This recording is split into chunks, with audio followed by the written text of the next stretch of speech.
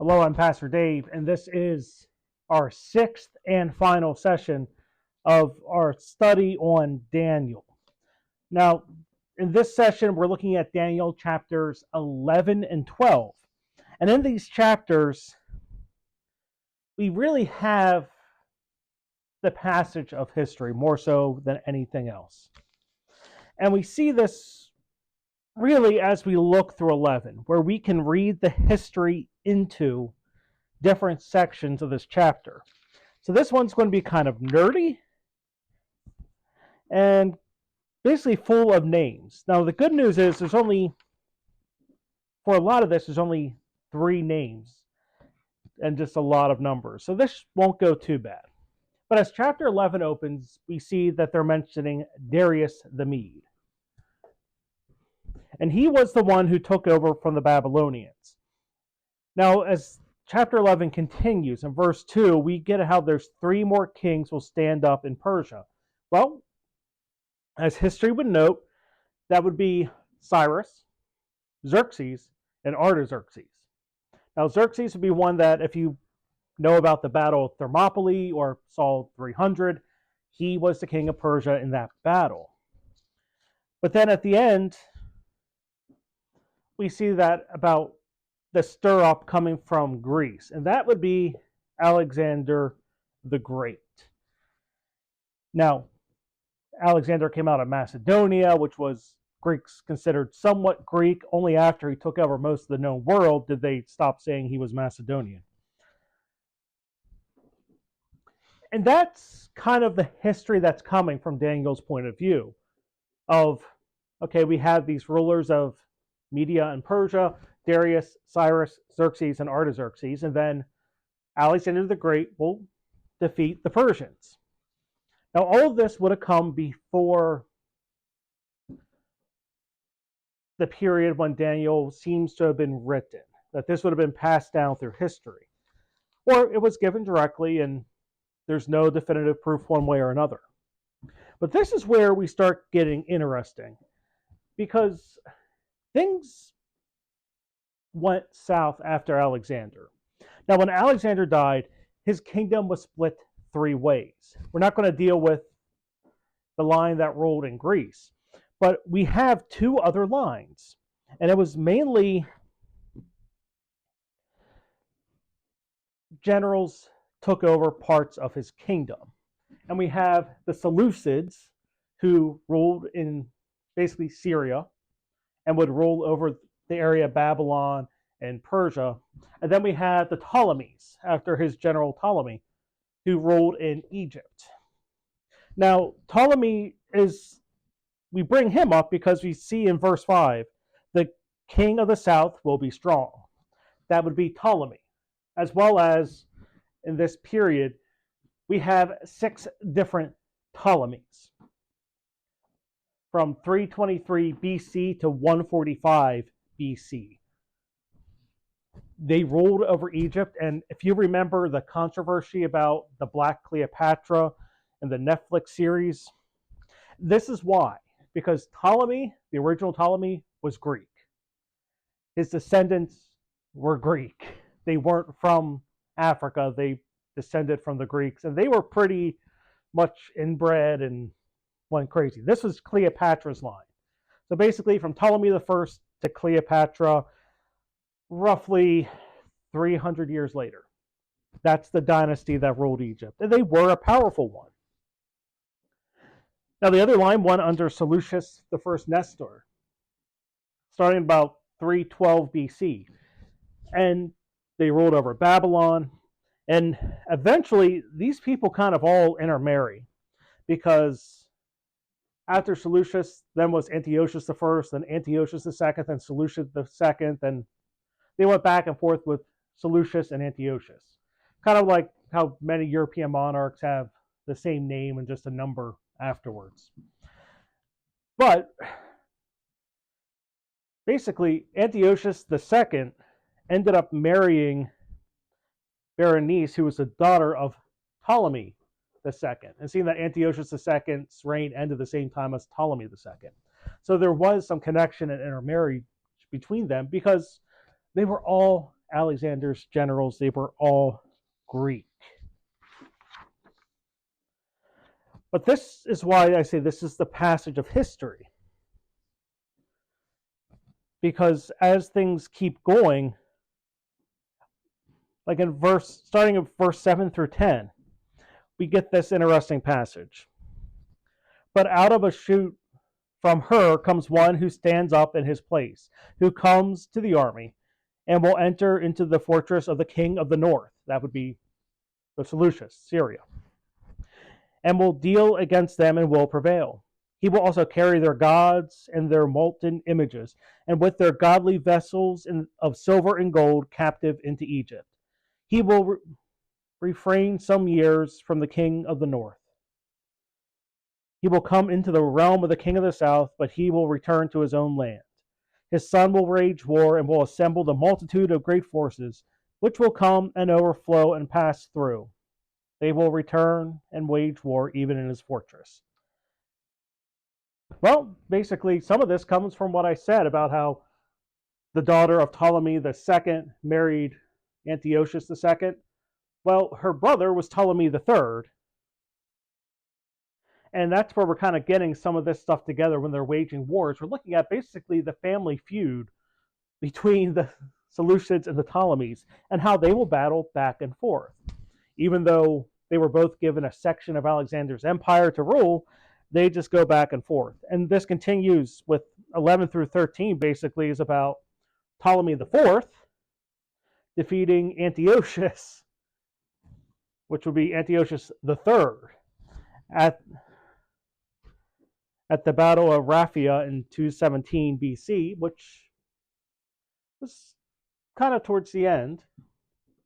But then we also get about, in verse 14, that's about Ptolemy IV dying and being followed by Ptolemy V, who was only 6 years old at the time of his death, at the time of his ascension to the throne.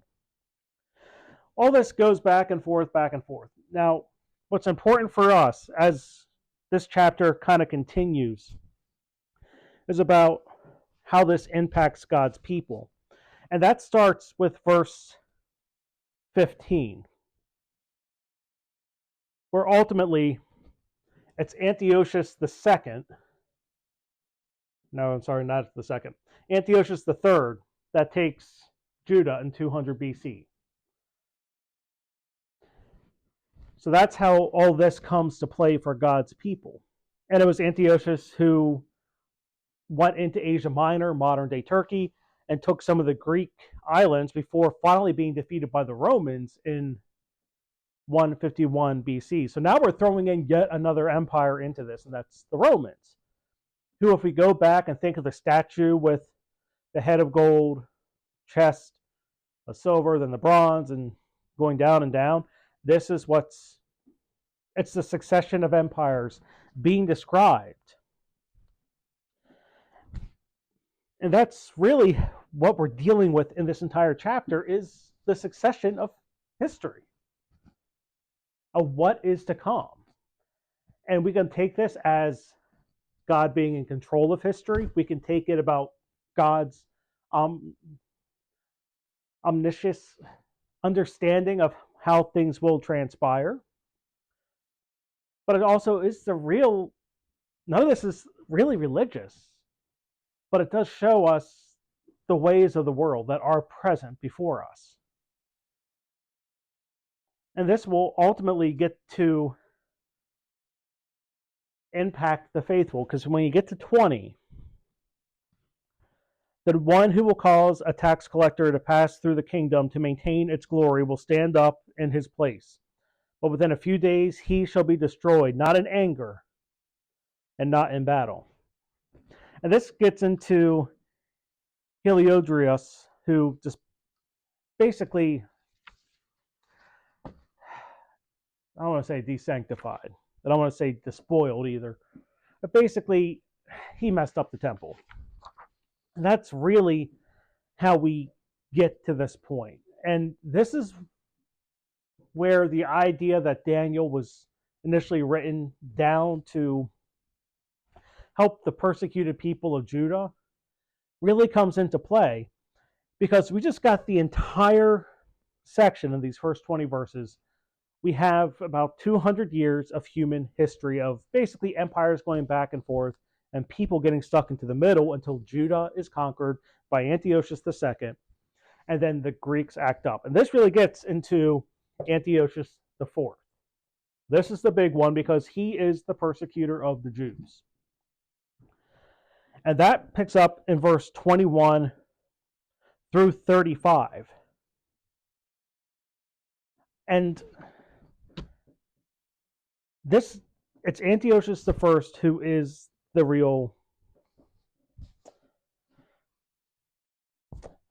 the villain in this. He's the one who disposed of Ananias III as the high priest. And truthfully, when we get to the name of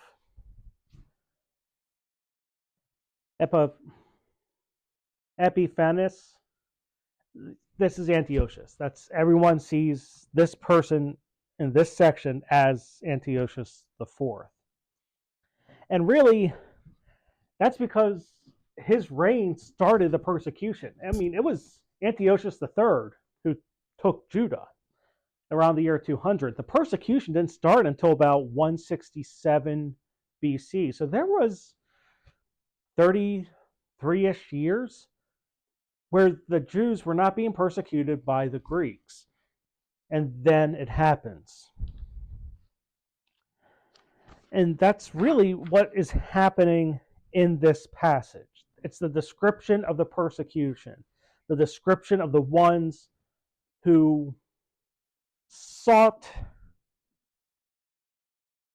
basically, the rest of this passage is for the persecuted people, where you have the people of God versus the people who oppose God. And we even see how these other nations, the kingdom to the north, the Seleucids in Syria, the kingdom to the south, the Ptolemies in Egypt, how they came in and how they were part of this.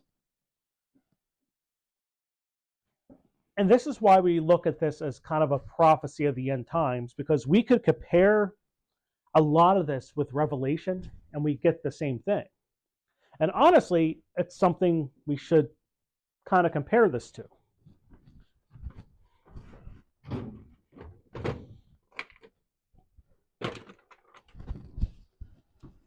Because honestly, Antiochus is seen as the great persecutor of the Jews. But we can take him just like the Antichrist in Revelation and compare them to the Messiah, to Christ. Now, as a matter of historic fact, Antiochus VI died in Persia, not in the south, but at the time it was written, who knows? But one thing we have to remember is these are the people that defeated and opposed the Persians. Sometimes you look at Cyrus as a messianic figure because he let the Jews leave exile and return home. And some passages in Isaiah that speak of the Messiah, sometimes we can see how they refer to Cyrus as they were awaiting him, as they were awaiting their deliverance from exile back to the promised land, as we await the coming of our Messiah to deliver us to God's kingdom. But we can have some fun with looking at Antiochus or the Antichrist, depending on which book of the Bible we want to look at, and compare it to Christ. And this is an important concept to remember. When we say Antichrist, we basically mean the one opposed to Christ, or also the one opposite of Christ. Think of it as in Lego. The top little bump stuff, those are called studs. The part they go into down below is called the anti-stud. It's basically the opposite part. So when we look at the Antichrist, we mean the opposite of Christ. And when we do Revelation this fall, we'll get into this more. But when we think of everything with Christ, we get to what Christ, the Antichrist is everything Christ is not. So when Christ is desired, the Antichrist is despised. As the Antichrist is deceitful, Christ is truthful. The Antichrist hates the Holy Covenant, Christ loves the covenant. As we saw with Antiochus The fourth desecrates the temple. There's the word I was looking for. Christ cleanses the temple. Antiochus and the Antichrist would abolish the sacrifice. Christ made the sacrifice for all. Antiochus and the Antichrist persecute and murders. Christ refines and purifies. This goes on and on. Antiochus exalts self. Christ is humble. Antiochus thought himself as God. Christ is God. Antiochus blasphemes God. Christ glorifies God. We can go on and on and on. And really, that's the big part of this, not so much as trying to figure out every single date, which if you want to go through and place every single person in here, how they interact, we can do that. I mean, that's what Bible study's for. But the bigger picture in all of this is, yes, you have the succession of human history that does impact us. But also, when you get to the bad ruler, when you get to Antiochus, a persecutor, they exist, and they exist as the opposite of Christ, as the opposite of our God, which makes the concept of the Antichrist radically different. Because if you really want to go down a rabbit hole, if we look at Revelation, we think of one Antichrist, and people have come up with theories repeatedly of who the Antichrist could be. Well, looking at Daniel, looking how Antiochus is basically one par with the Antichrist as a great persecutor of the faithful, who says there's only one, who says they haven't existed throughout all of human history, which begs a deeper question of what should we be on the lookout for? Is it a person that has 3 names of 6 letters each? Or is it something deeper? Should we be on guard for those who exhibit the behaviors that are the opposite of Christ? There's no solid answer on that, so you can just stew on that for a little bit. But then we get to chapter 12, and the sermon we had on Sunday dealt a lot with chapter 12. So this isn't going to go too in depth. If you haven't seen the sermon, go look at the sermon. But this really does get to the end of time and the resurrection of the dead. And this is important because Daniel 12 is the only passage in the Old Testament regarding the resurrection of the dead. This, not talking about Ezekiel seeing the bones return to life and rise. This is the literal resurrection. And this shifts the tone from being something prophetic to the future that is to come. And this plays into heavily of the theory and thought and theology of what happens when we die. Really, if you look at most of the Old Testament, especially into the Psalms, you see Sheol, which really was the land of the dead. And it was very similar to the Greek concept of Hades, which for the Greeks was a physical place that you could actually go and visit. But basically, the righteous and the evil would all go to Sheol. It was just the place of the dead. There was no heaven, there was no hell. But we start looking here, we're seeing a change because now we're having the hope of resurrection of the righteous. And this is a big deal. This is the big shift. And also, if we want to pull into Revelation a bit, this is a prophecy that's sealed. And we see that later in Revelation with the 7 seals. And a lot of that has to deal with the idea to keep something intact or to authenticate it, you would give a seal or make a seal to it. But it also meant that this is something that should be passed not by word of mouth, but through literature, through it being written. And that's where part of this comes from. But also, one of the other things we need to pull into is also how, at this point in Jewish history, the understanding of angels has changed. We can go back to Genesis and the 3 visitors, and the question of, well, was it the Trinity or was it angels?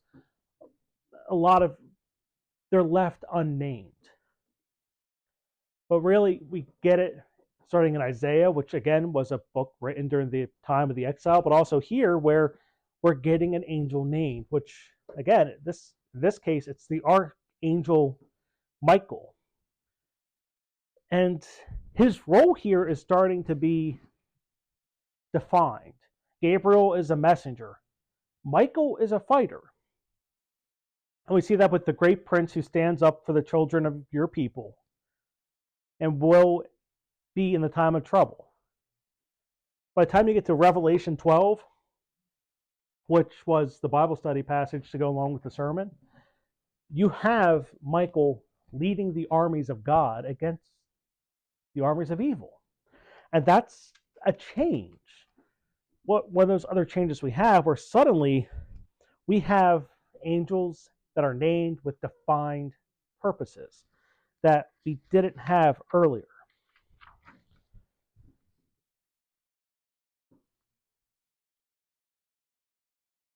But as we look through all of this, we need to remember these last two verses. Blessed is he who waits and comes to the 1,335 days. But go your way until the end, for you will rest, and you will stand in your inheritance at the end of the days. When we're looking at this, we're getting the reminder that this is what's still to come. We don't know exactly when, even with the mention of 1,335 days. Not all of this can be determined by our own schedule of when this is going to happen. We try as we might, we're never going to know. But we do know basically what's going to happen. We know that in the end, the evil will face their just rewards. They're going to get what's coming to them. And the faithful will be rewarded by God as our inheritance as God's adopted children through our faith in Christ. So basically, this book ends with a reminder, be patient. Whenever it comes, you will receive your inheritance. So that wraps up our time here in Daniel. Hopefully you gained something from this. And this has kind of been a test to see if this kind of Bible study actually works for us. I think it has. So we will try again this and do it again this fall with some tweaks to make it better. And since we've done Daniel, this does mean this fall we're going to play around with Revelation. So hopefully we demystify that book like we've done part of Daniel, and we continue to grow in faith. Until next time, I'm Pastor Dave. Have a good night.